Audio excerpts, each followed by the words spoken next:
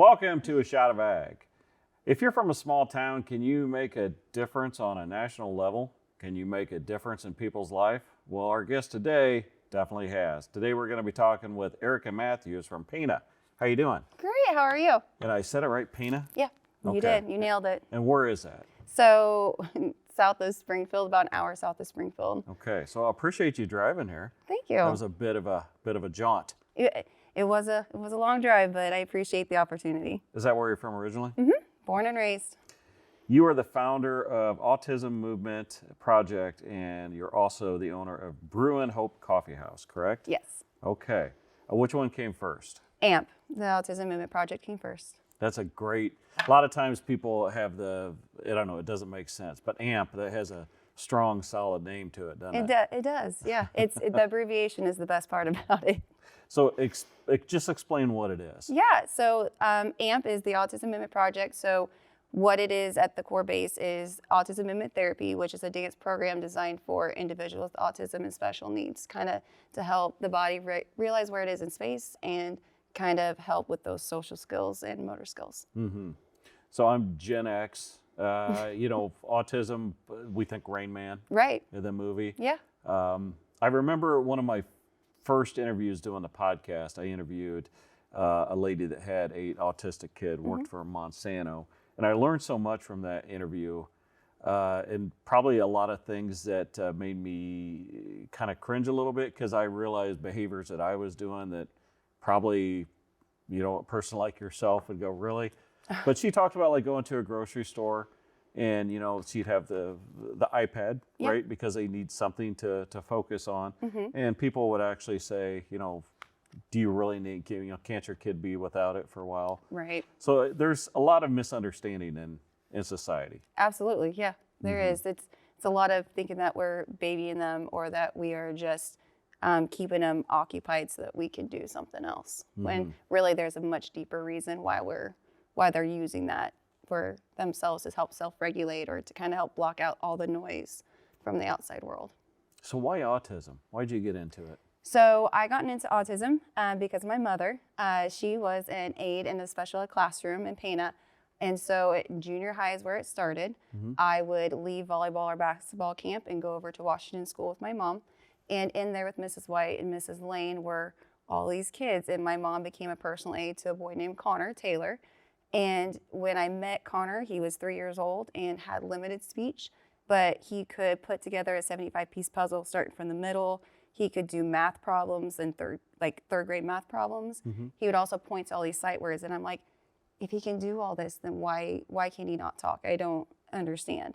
And so he and I developed a very close relationship along with some of the other kids. I could get them to do things that they wouldn't do for the teachers. And I just kind of really developed a love for that. So, what were you doing different?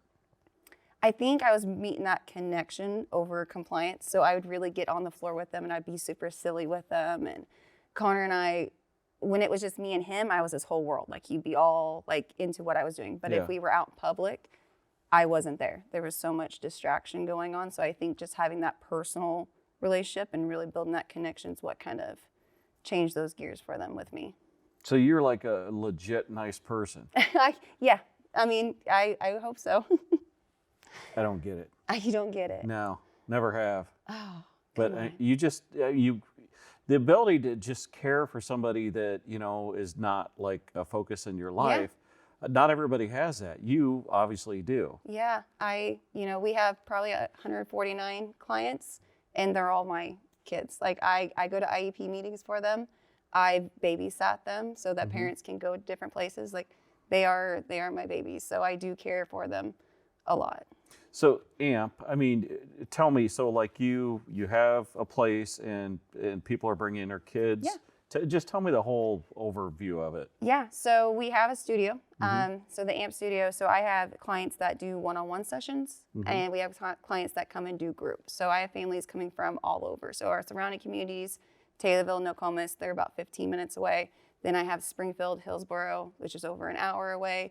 And then Oblong is my farthest. She's an hour 45 from us. So when they come in, we do different sessions. So one-on-ones look different than group. One-on-ones kind of are more specialized to what they may need. So it may be more sensory integration, and then working on that task duration. So when I go to IEP meetings, I also try to hit their goals. So if they're working on something specific, I want to make sure that I'm tag teaming it, because that's the only way that kid's going to be successful, is making sure that everybody's doing the same thing.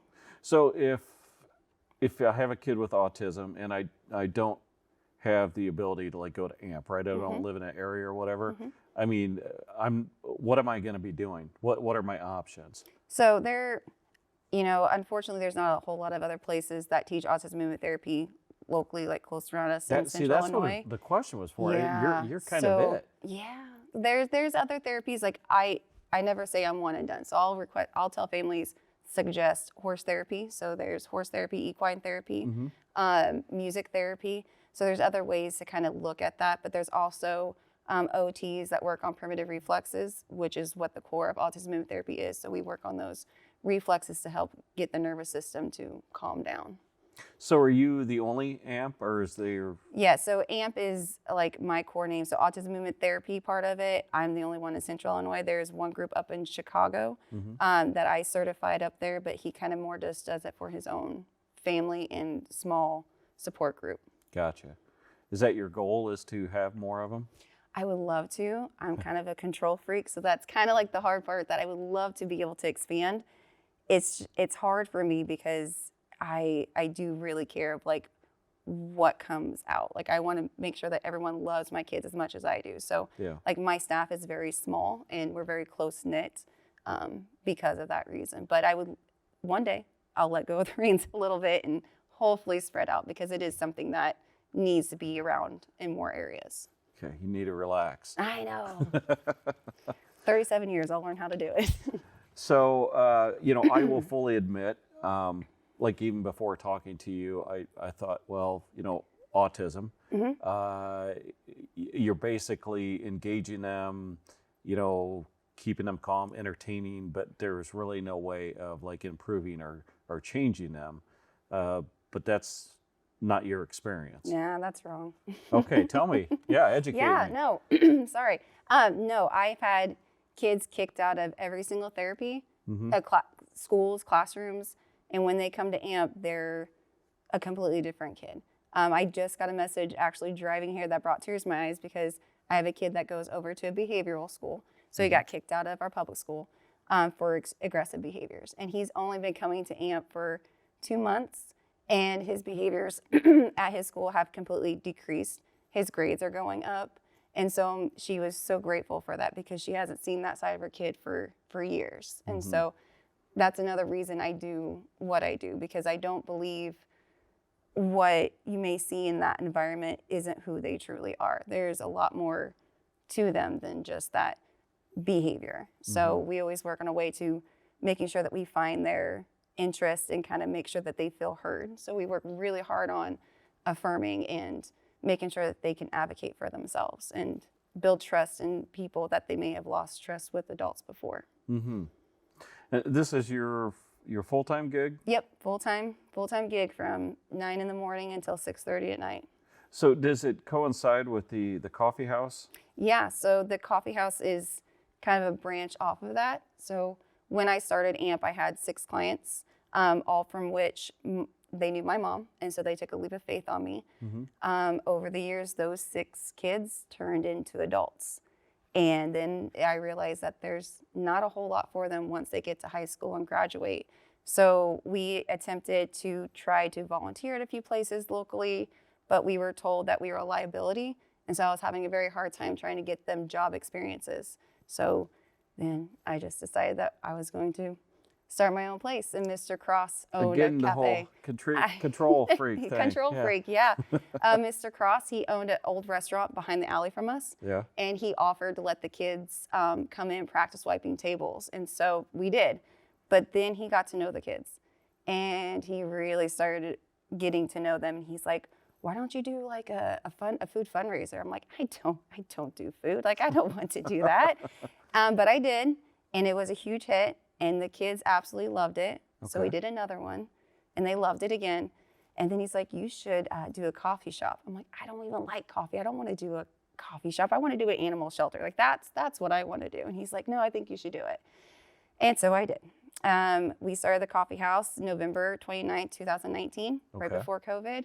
And the kids rock it. And the community supported us all through COVID. Like, we never stopped working. And now we are in a bigger building and much bigger. So, The Masonic Lodge. yeah. So the Masonic Lodge in Pana actually was donated to us. The building was donated to us, and we took it over, and we've slowly been chipping away, Do you find stuff rebuilding in it. the basement, like, There was a ton of stuff. an ark or Yeah, something no like that? ark. They left a ton of pictures back from there was a bunch of books from 1856, though I couldn't read the cursive, so I couldn't tell you any secrets. So tell me how this works. You have the kids with autism working. Mm-hmm. Yes. Are these older at this point? Right. So at my first building, I have my little one-on-ones all Yeah. the way up until like 4th, 5th grade. And then over at the Masonic, we have my junior high group, so it's social group, and then Jumpstart. So Jumpstart is where my adults are, my high schoolers and adults. And we work on life skills, still social skills, but they also practice the coffee house. So there is like a tier part of it. So some of my kids do all the prep work before the coffee house. So they may not be able to be in the crowd of people or when the coffee house is open, but they do all the behind the scenes work. And then we have students that we train to do the coffee house. And we have some kids that are on payroll. And so when they're on payroll, we've had them get jobs out in the community. So we've had 7 leave us to go get jobs out in the communities.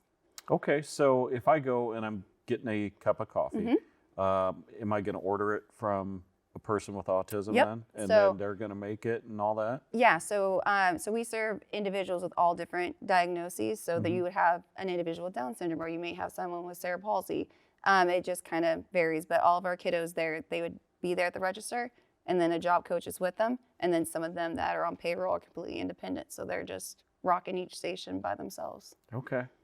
When do you ever have time for yourself? When I go to the bathroom, that's about it. Because you have kids, right? I do have kids. And how many? So I have 3. Yep, I have an 11-year-old girl and twin boys who are 8. And they Yeah. do have autism. Yep, so they were diagnosed with level 1 autism when they were 3. And this is after you had done all this. Mm-hmm. This was, I mean, your twins were not the reason that you started all this. No, they were not the reason why I started it. They are constantly teaching me more, you know. So there's times that I'll come home, ratting myself out. But there's times that I've come home, and my daughter Taylor loves to be at AMP. So I'm really hoping that she takes over once I retire. But she loves my AMP kids. But I'll come home and I'm tapped out. I mean, I've done this all day long, regulating behaviors and everything. And there's times that I may get short, a little frustrated with the twins, and Taylor go, "Mom, you wouldn't say that to an AMP kid." I'm like, yes, you're right. You're right. So That's when you ground her. that's right. So I was just like, okay, all right, teachable moment.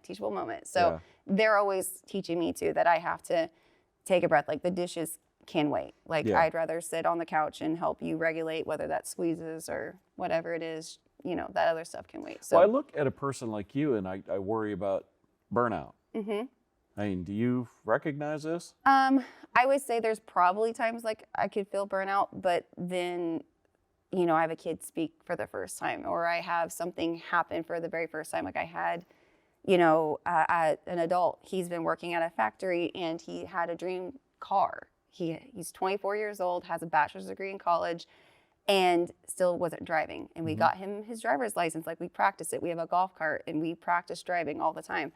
And he kept saving up, and I'm like, you have to have a junk car first. You're going to get in wrecks. You're going to back up. You got to have a junk car. He's like, no, I'm going to get this Camaro. And I'm like, okay.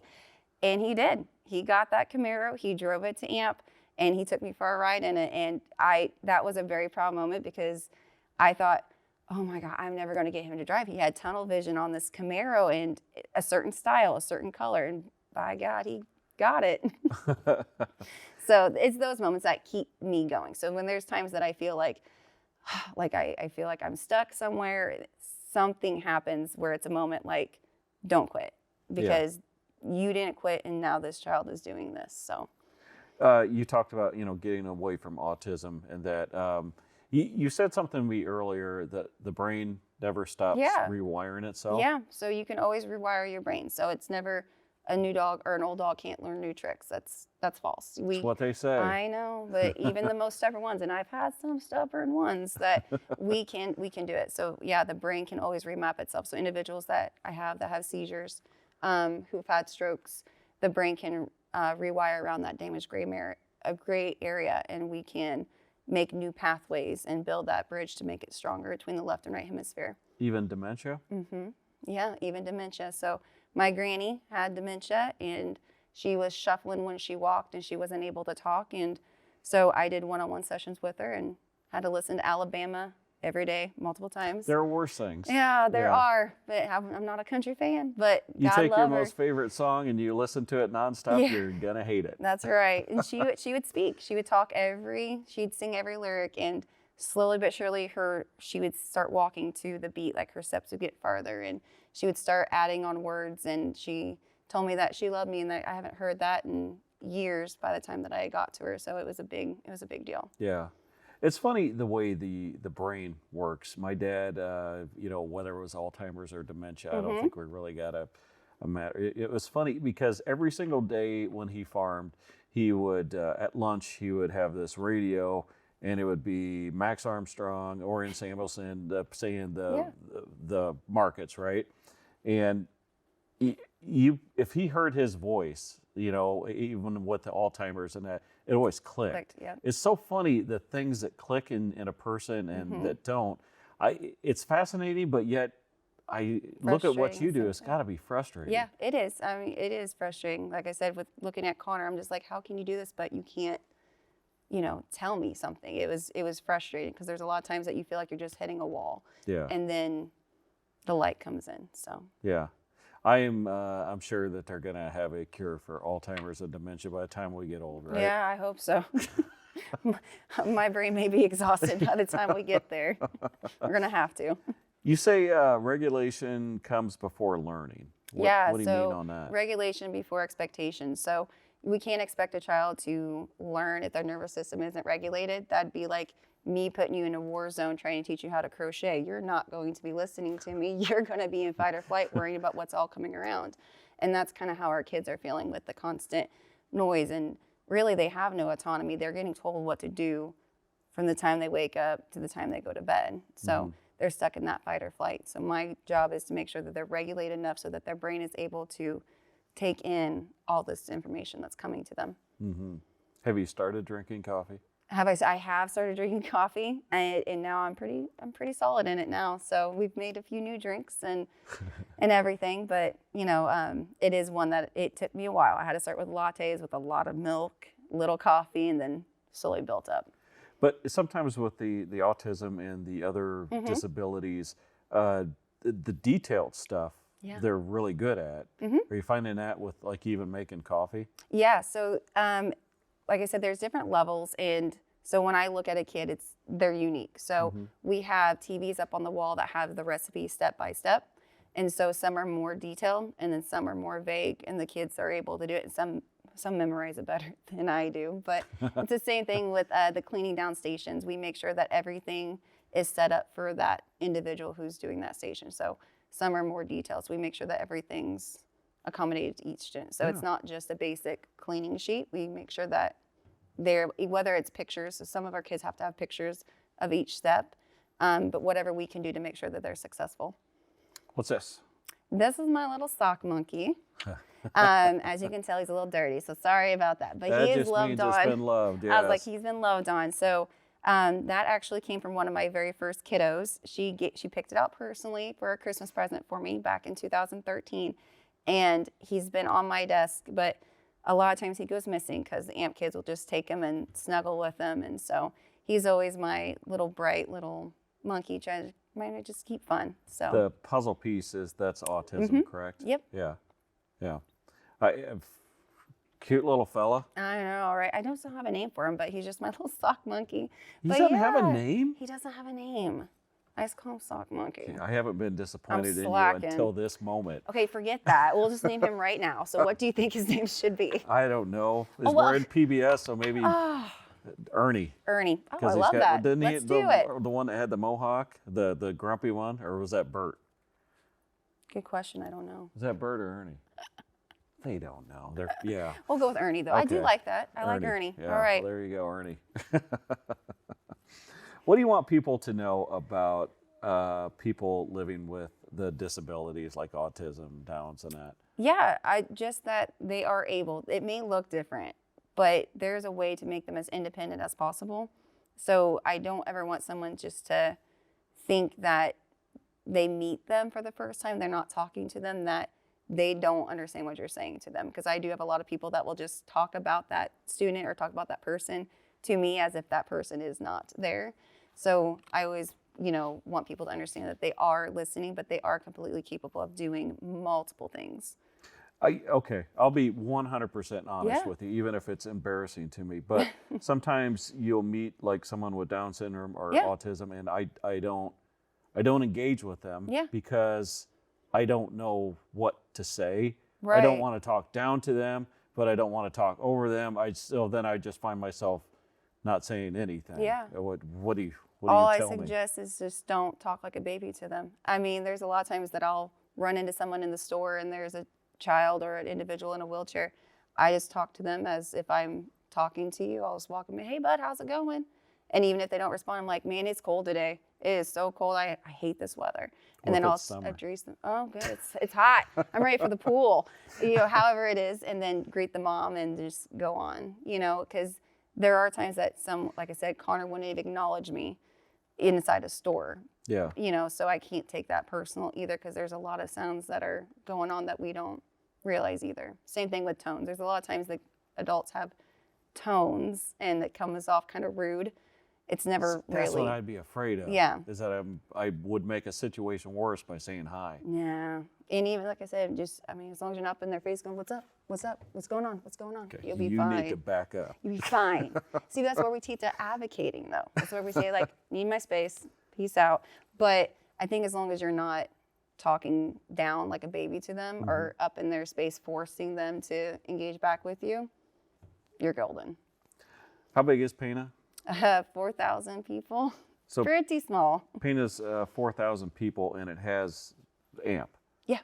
Chicago, like you said, maybe the one dude up there, Yeah. St. Louis. I mean, these big cities Yeah. that have a ton of kids with autism don't have AMP. Right. Besides you edging off the control, how do we change that? Good question. I think, and again, it's me, but I would love for someone to have the same passion and know that this is not a money-making job. And I think that's another thing, that autism is a very big thing now. It's 1 in 36 that are diagnosed with autism, and not including all the other diagnoses that we have. But you have to have a well-rounded background with ABA. So, and where that is just knowing how to handle certain behaviors. Because I would love to say that it's all rainbows and unicorns all the time, but I do have some kids that do hit, do bite, do cuss, do throw things.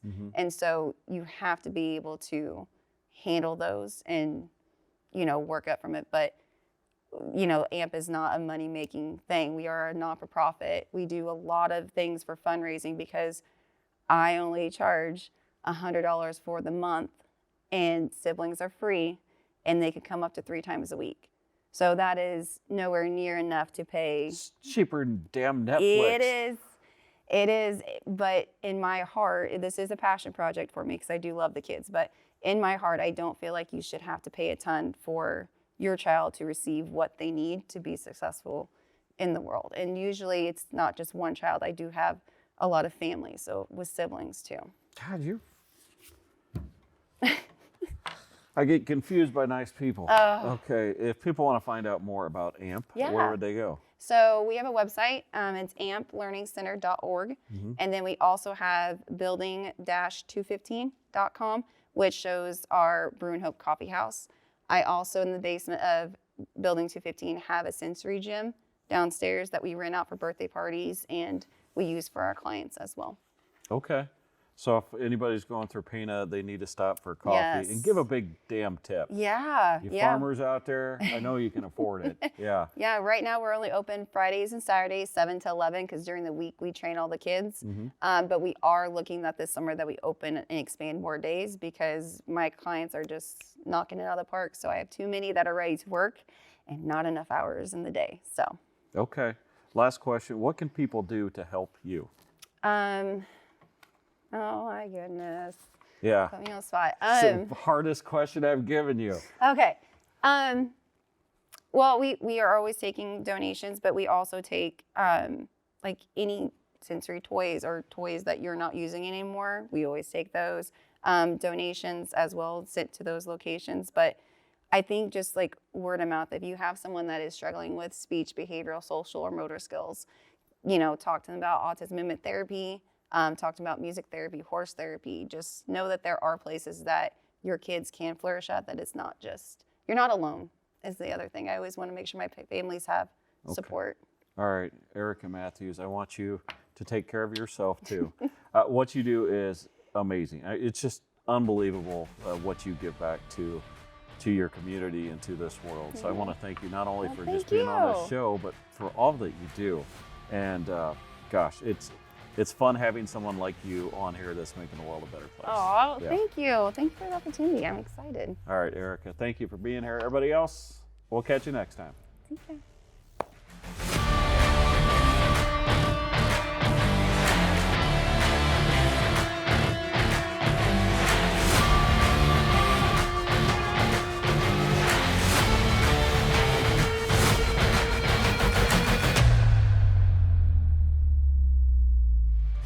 If you enjoyed today's episode, be sure to explore more of our local content. You can connect with us on our social media platforms, visit our website, or download and watch the free PBS app. We can't wait to see you next time on A Shot of Ag.